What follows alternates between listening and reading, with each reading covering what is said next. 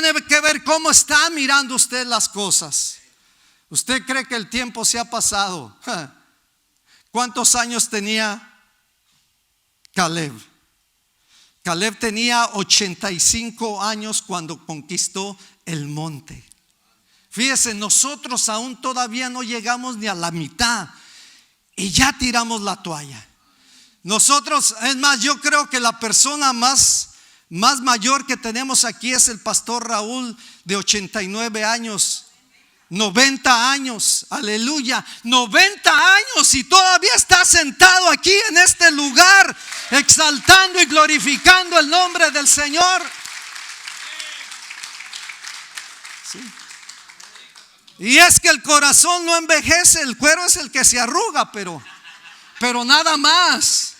Pero Dios nos ha hecho corazones nuevos, corazones fuertes, corazones firmes para lograr, para conquistar. Déjeme decirle, si para usted el tiempo es una excusa, Dios no se lo va a aceptar. Si para usted la edad dice es que ya pasó, es que ya no será, es que ya no se logrará, está totalmente equivocado. La gente que ya ha visto algo en la fe, que ha visualizado lo que Dios va a hacer en su vida, nunca abandonará el propósito de Dios para él y para ella. Siempre se mantendrá firme, siempre habrá vigor, siempre habrá esperanza. Nada lo detendrá, ni lo que veo, ni lo que oigo, ni lo que siento parará lo que Dios hará en mi vida y conmigo, en el nombre del Señor Jesucristo.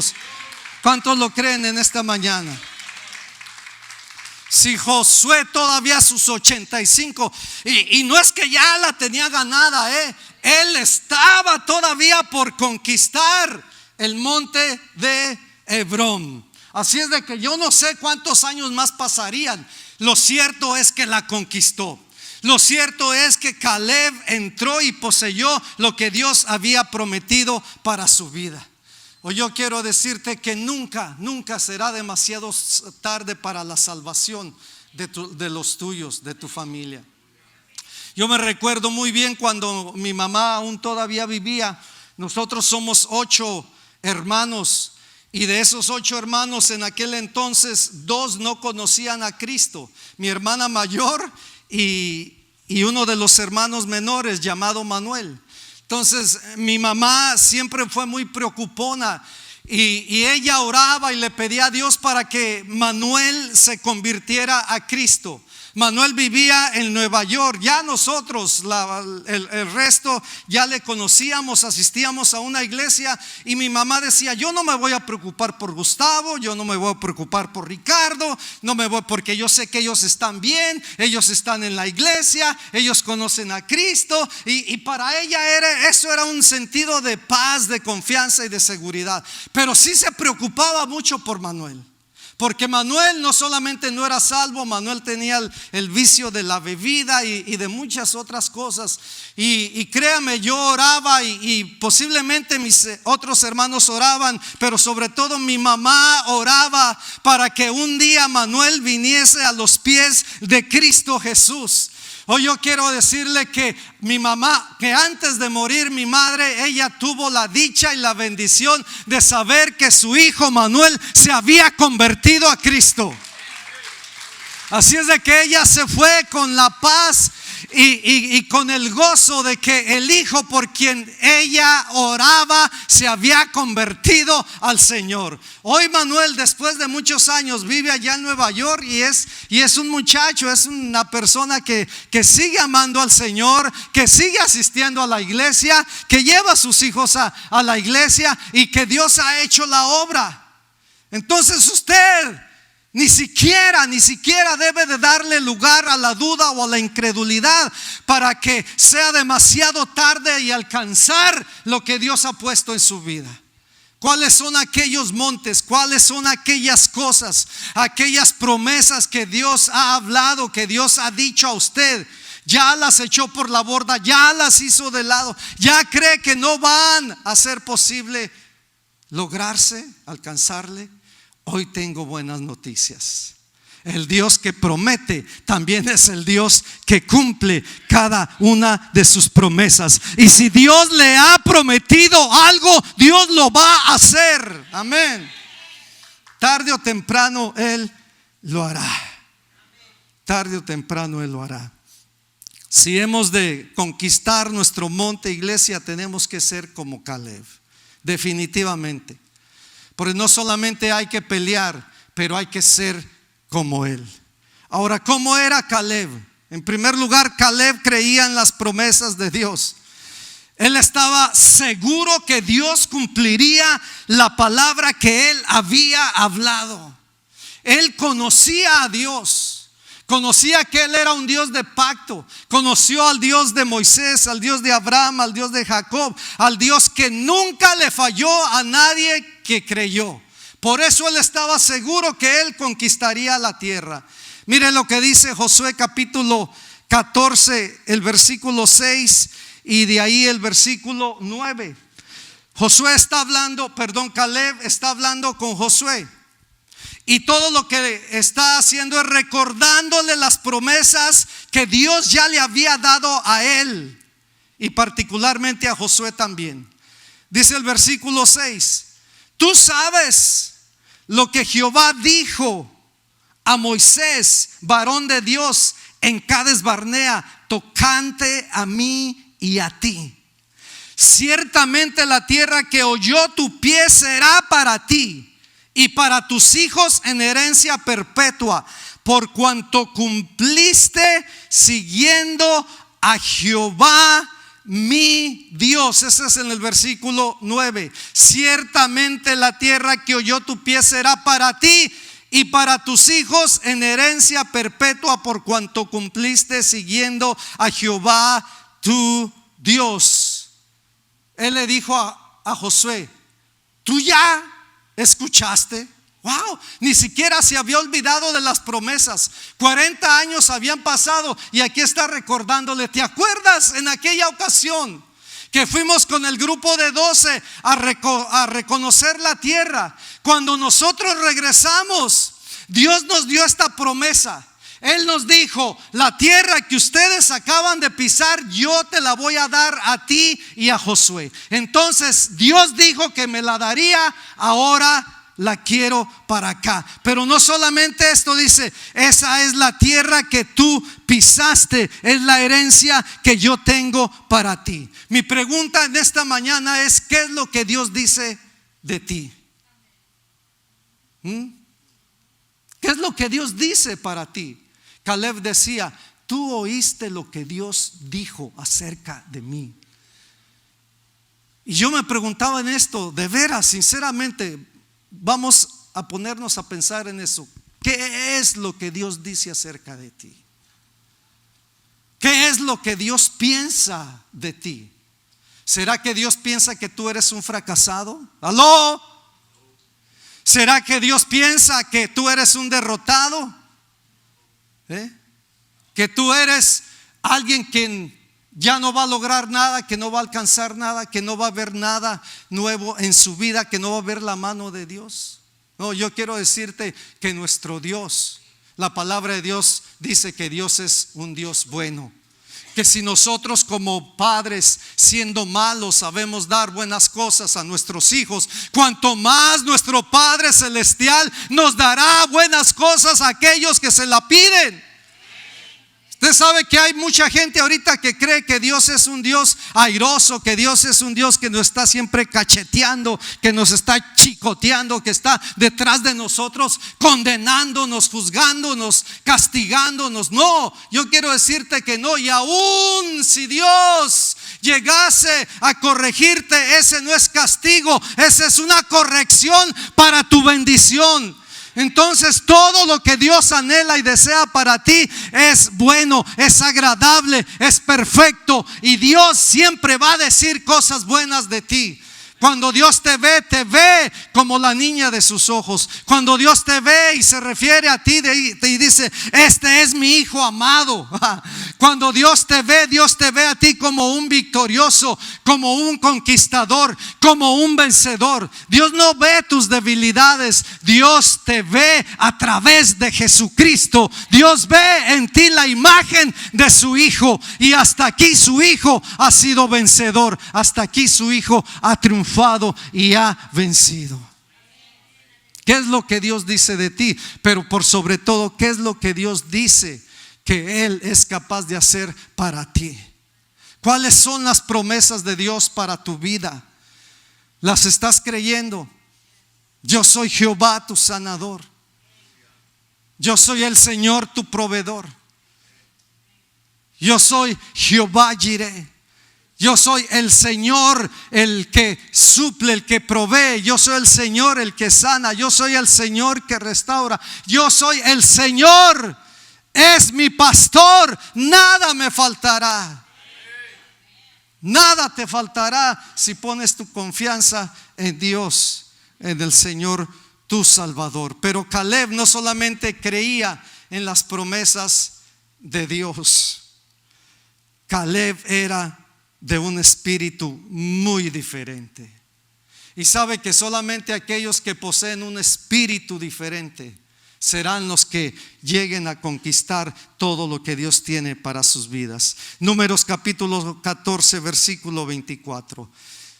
Dice: pero mi siervo Caleb, y aquí está hablando el Señor. Yo me pregunto, cuando Dios nos ve, cuando Dios viene a checar nuestros espíritus, ¿qué es lo que ve en nosotros? ¿Ve gente de fe? ¿Ve gente de ánimo? ¿Ve gente que no es que no vea gente que tiene problemas? Porque al final todos los vamos a tener. Pero ve en nosotros gente que aún sobre los problemas, sobre las dificultades, sobre los momentos difíciles, vamos a seguir caminando, vamos a seguir avanzando. ¿Qué clase de espíritu Dios ve en mí? ¿Qué clase de espíritu Dios está viendo en ti? Un espíritu que se queja, un espíritu que duda, un espíritu que dice: no, ya no voy a ver nada, ya no alcanzaré nada. Mira lo que dice de Caleb: pero a mi siervo Caleb, por cuanto hubo en él otro espíritu y decidió ir en pos de mí, yo le meteré en la tierra donde entró, y su descendencia le daré en posesión. Esta traducción dice: la tendrá en posesión. A mi siervo Caleb. 40 años atrás ya Dios le había dicho que a Caleb Él le daría la tierra. ¿Por qué? Porque él sería de un espíritu diferente. Caleb era de un espíritu de fe. Dígale a la persona que está a su lado: oye, ¿eres espíritu de fe o espíritu de duda? Así como dice Marcos Witt en aquel canto que está bien entrado y está bien emocionado, y dice: y de repente se acerca el espíritu de temor al espíritu de duda y le dice: duda, tengo una duda. Imagínese si lo iba a sacar de la duda, si se acerca a la duda. Si usted quiere salir de la duda, tiene que acercarse a la fe, amén. Si quiere salir de la incredulidad, tiene que acercarse a la gente que cree que es aún todavía posible. Caleb poseía un espíritu de fe y de confianza en Dios. Él poseía también un espíritu de osadía y de valentía. Caleb era de los que se atrevían a correr riesgos. Si vale la pena correr el riesgo, lo haré. Y aún no sabemos si corriendo el riesgo lograremos, pero por lo menos moriremos en el intento, ¿sí o no? Por lo menos trataremos, por lo menos nos esforzaremos y no nos quedaremos ahí en ese lugar. Donde los demás miraban gigantes, él miraba a un Dios grande, amén. Donde los demás miraban obstáculos, él miraba oportunidades. Donde los demás decían no podemos, él decía es posible. Cuando todos hablaban negativamente, él hablaba la palabra de Dios. Donde los demás dudaron, él permaneció creyendo en Dios. Ese es el espíritu que Dios quiere ver en cada uno de nosotros. Aló. ¿Cuántos quieren poseer ese espíritu? Amén. ¿Cuántos quieren tener esa clase de espíritu? Pregunto, ¿su familia, su cónyuge, lo conocen como ese tipo de espíritu? Se acabaron los amén, dice. ¿Cómo nos conocen? Cuando estamos frente a pruebas, cuando estamos frente a luchas, cuando estamos frente a dificultades, cuando no estamos viendo la salida a algo.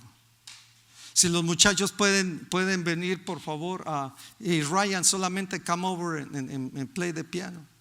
En la Biblia o en la historia de la humanidad hay muchos montes, y cada monte representa un sentido espiritual. Cada monte representa algo significativo.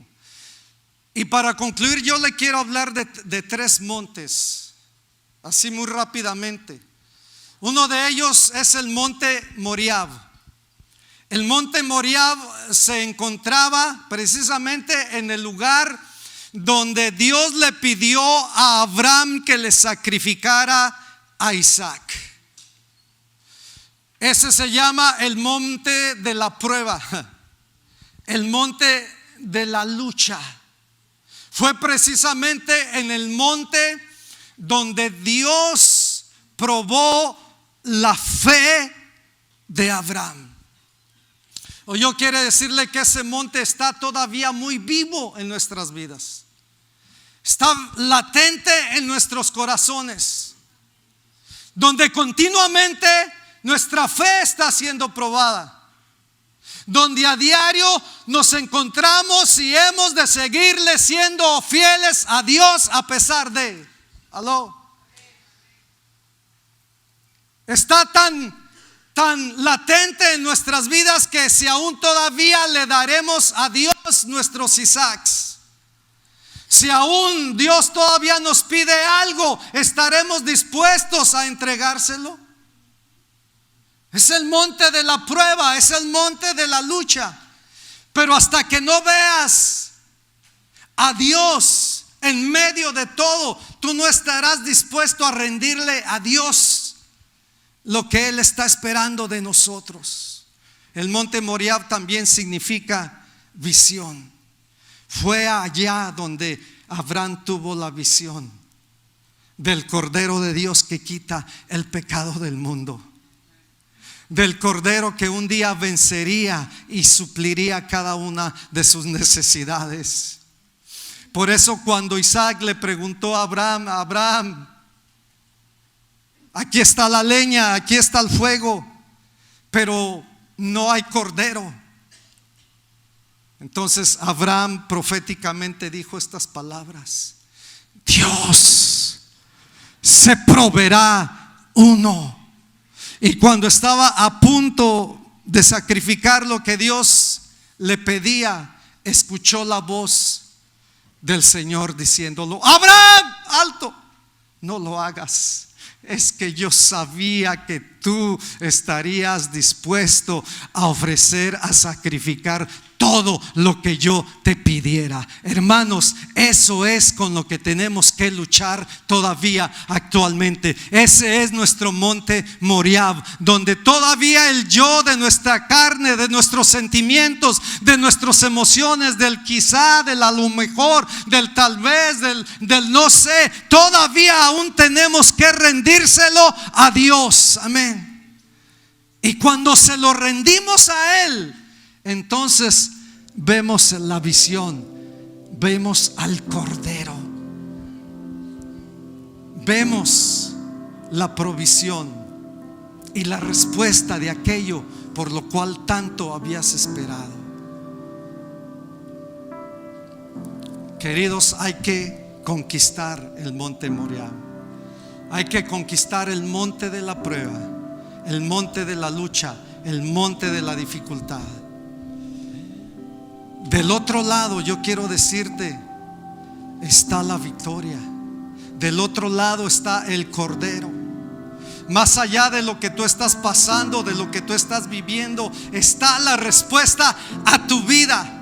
Por eso hoy te digo en inglés: hold on, mantente ahí, firme, constante, fiel a Dios en todo lo que Él dice en su palabra, porque tarde que temprano verás a Dios obrar de una manera maravillosa. Porque Dios es un Dios de palabra, porque Dios es un Dios de promesa. Dios le había dicho que a través de este hijo Isaac, Él bendeciría a todas las familias de la tierra. Hoy tú y yo somos el resultado de esa bendición, porque Abraham se atrevió a creerle al Señor. No dudó, sino que creyó, esperanza contra esperanza. Amado, cree esperanza contra esperanza. Es que no lo veo, sigue creyendo. Es que no lo siento, sigue creyendo. Es que mira lo que existe, mira lo que hay. No, es tiempo de ver a los gigantes. Es tiempo de ver a Dios victorioso, triunfante, vencedor, en el nombre de Jesús. Hay otro monte que se llama el Monte Carmelo. A este monte yo le he definido el monte de la confrontación y la decisión. Fue precisamente ahí donde Elías confrontó y derrotó a los profetas de Baal y demostró que solamente Dios es el único, que no hay nadie, que no hay otro, que Él es el Señor Jehová de los ejércitos. Amén. Y eso es lo que nosotros tenemos que hacer. Hay muchos Baales alrededor nuestro. Hay muchas cosas que vienen en contra para querernos destruir, para querernos minimizar, para querernos limitar y ver y alcanzar aquello que Dios tiene también para nuestras vidas. Pero es tiempo de destruir los Baales, aquellas cosas que hemos puesto en nuestros corazones antes que a Dios, iglesia. Aló. Aquellos ídolos, aquellas cosas que hemos considerado nuestro Dios. Quizá ya no tenemos imágenes, ya no tenemos santos que adorar, que conmemorar, pero hay alguien que es más peligroso que aún Satanás mismo, y ese alguien se llama el yo. Cuando yo no quiero, cuando yo no puedo, cuando yo no sé, cuando yo soy débil, cuando yo no entiendo, ahí es cuando tú debes de ir al monte Carmelo y sacrificar esas cosas que te limitan. Pero también es el monte de la indecisión. El Señor le decía, Elías tuvo que enfrentar a todo un pueblo y decirles: ¿hasta cuándo? ¿Hasta cuándo van a claudicar entre dos pensamientos? ¿Hasta cuándo van a estar aquí y allá? ¿Hasta cuándo van a decidirse por Dios? Si Jehová es Dios, síganle pues, a Él síganlo. Si los Baales son dioses, pues entonces vayan en pos de ellos. ¿Hasta cuándo? ¿Hasta cuándo te sirvo, Dios, una semana y la otra estoy ahí con el tendido? ¿Hasta cuándo? Y hay muchos hasta cuándos. Hay padres que nos están diciendo a nosotros: ¿hasta cuándo? ¿Hasta cuándo, hijo? Pero hay hijos que nos están diciendo: ¿hasta cuándo, papá? ¿Hasta cuándo, mamá? ¿Hasta cuándo va a seguir esta situación? Pero habemos otros que le decimos a Dios: Dios, ¿hasta cuándo? El monte de los hasta cuándos. ¿Hasta cuándo, Dios? Es que tú dijiste esto, es que tú dijiste el otro, y ya ha pasado el tiempo, y esto y el otro. ¿Hasta cuándo? Pero hay un hasta cuándo más importante que todos los demás, y Él es el que Dios nos pregunta: ¿hasta cuándo? ¿Hasta cuándo vas a seguir en esta situación? ¿Hasta cuándo nos vamos a afirmar? ¿Hasta cuándo vamos a creerle a Dios? ¿Hasta cuándo? ¿O hasta cuándo vamos a seguirle dando vuelta a este monte? Hay un pasaje que se encuentra precisamente en Éxodos, cuando el pueblo de Israel está saliendo. Allá está Egipto, acá está la tierra prometida, y en el camino se encuentran con el Mar Rojo. A este lado está todavía el ejército de Faraón siguiéndolos. A este lado se encuentra el mar, y el pueblo de Israel comienza a clamar: ¡ay, ya nos van a matar! Nos vienen siguiendo, estamos frente al mar, no lo vamos a hacer, no lo vamos a lograr. Y Moisés, dice la palabra de Dios, que Moisés comenzó a clamar a Dios. Y a clamar, me imagino que su clamor dijo: Dios, ¿qué vamos a hacer? Ya no tenemos salida, ya no tenemos escapatoria. Viene el ejército, está el mar, ya no vamos a hacer nada. Aquí nos van a matar, nos van a destruir. Y Dios le dijo: ¡hey, Moisés! Deja de clamar a mí. ¿Cómo deja de clamar a mí? Sí, deja de clamar a mí, porque ¿hasta cuándo vas a estar ahí parado? Comienza a marchar. Comienza. No, es que Dios no. Gloria a Dios, Señor, por favor, dame esto, dame aquello. No, ya deja de orar. Comienza a avanzar.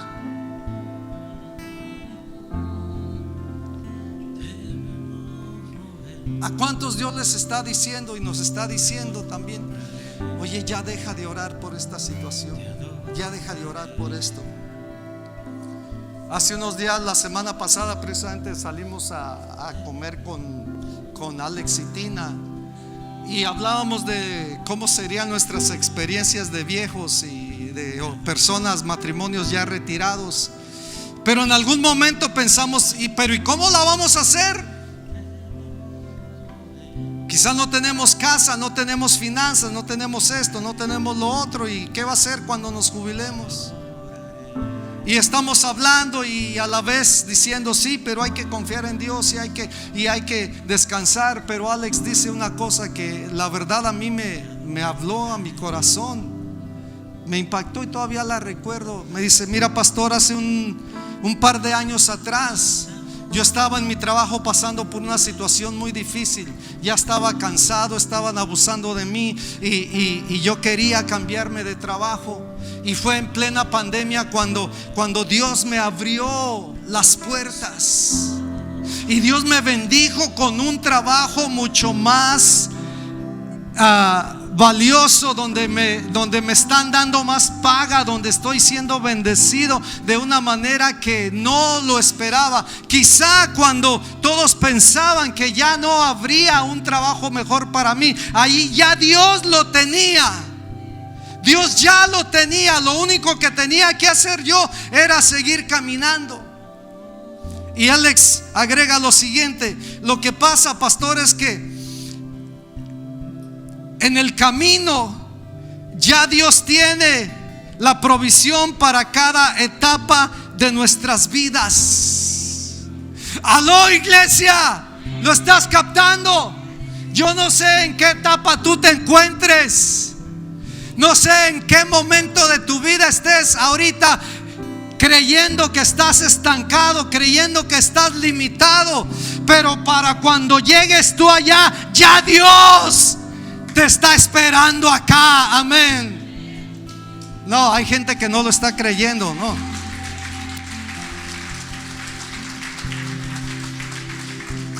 Y es que cuando yo me preocupo por algo, es muy común que no vaya a acontecer por lo que yo me preocupo, sino que al contrario, ya Dios tiene aquello por lo cual yo vivo afanado.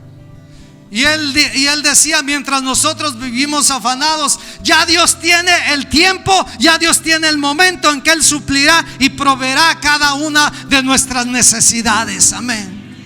Por eso conquistar el monte Moriah es importante, porque Moriah significa tener una visión. Y cuando tenemos una visión del cuadro de Dios para nuestras vidas, es ahí cuando comenzamos a descansar. Salmo 132, David decía: porque fui formado en las entrañas de mi madre. O sea, desde antes de que me formaras ya me habías hecho. Y en tu libro ya estaba escrito todo lo referente acerca de mí. Y entonces David dice: oh, qué maravilloso es esto, cuánto gozo. Saber que Dios no solamente conocía desde antes de crearte, sino que Él ya tiene la historia de tu libro completada. Y la historia de tu libro completada no se ve como se ve hoy. Quizá hoy todavía ves borrones, quizá hoy todavía aún ves manchas, ves el camino quizá aún todavía curveado, pero llegará el tiempo donde tú verás con claridad y el cuadro de lo que ya Dios tiene para tu vida será completado. Amén. Por eso deja de claudicar en dos pensamientos. Y por último es el monte Calvario, el monte del Gólgota. Ese monte significa muerte. Es el monte de la calavera. Pero es en aquel monte donde nuestro Señor Jesucristo fue crucificado. Es en aquel monte donde nuestro Señor venció al gigante más terrible de la humanidad. Es en aquel lugar donde nuestro Señor Jesucristo venció al mismo diablo y a la muerte, por la cual vivíamos atemorizados toda una vida. Es en aquel lugar que cuando Jesús murió, Él nos dio vida. Es en aquel lugar que cuando tú y yo sentimos que algo ya está muerto, en Cristo Jesús apenas comenzará a vivir. Es el monte cuando tú de repente sientes que ya está todo perdido, que ya el enemigo tiene la victoria ganada. Es cuando ahí el Señor Jesucristo se levanta como poderoso gigante y pelea por ti. Y es ahí donde el Señor Jesús, en aquel lugar, en el monte de la calavera, dice las últimas palabras: consumado es. En otras palabras, ya está todo completo, ya está todo terminado. La victoria ya ha sido ganada. Yo he vencido, y porque yo he vencido, tú también vencerás.